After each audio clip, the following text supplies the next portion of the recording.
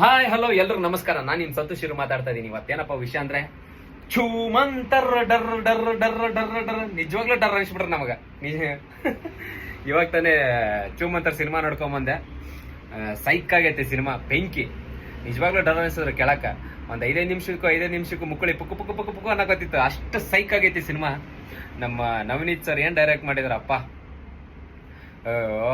ಇನ್ನು ನಮ್ಮ ಶರಣ್ ಸರ್ ಮತ್ತೆ ಚಿಕ್ಕಣ್ಣ ಸರ್ ಕಾಮಿಡಿ ಕೇಳ್ಬೇಕನ, ನಗಬೇಕು ಹೆದರ್ಬೇಕು ಅಂತ ಗೊತ್ತಾಗಿಲ್ಲ ನಮಗಂತೂ. ಅಷ್ಟು ಸೈಕ್ ಆಗೈತಿ ಸಿನಿಮಾ. ನಿಜವಾಗ್ಲೂ ಇಷ್ಟ ಆಯ್ತು. ಈಗ 2025 ಒಂದ್ ಒಳ್ಳೆ ಮೂವಿ ನೋಡಿದೀನಪ್ಪ ಅಂತಂದ್ರೆ ಅದೊಂದು ಚೂಮಂತರ ಅಂತ ಹೆಮ್ಮೆಯಿಂದ ಹೇಳ್ಕೊಬೋದು.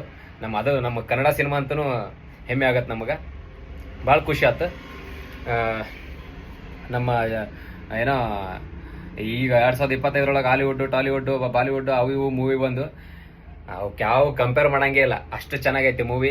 ನೀವೆಲ್ಲ ಯಾರ್ಯಾರೆಲ್ಲ ನೋಡಿಲ್ಲ, ಇವಾಗಲೇ ನಿಮ್ಮ ಹತ್ತಿರದ ಚಿತ್ರಮಂದಿರಗಳಲ್ಲಿ ಹೋಗಿ ನೋಡಿ ಅಂತ ಕೇಳ್ಕೊಂತೀನಿ.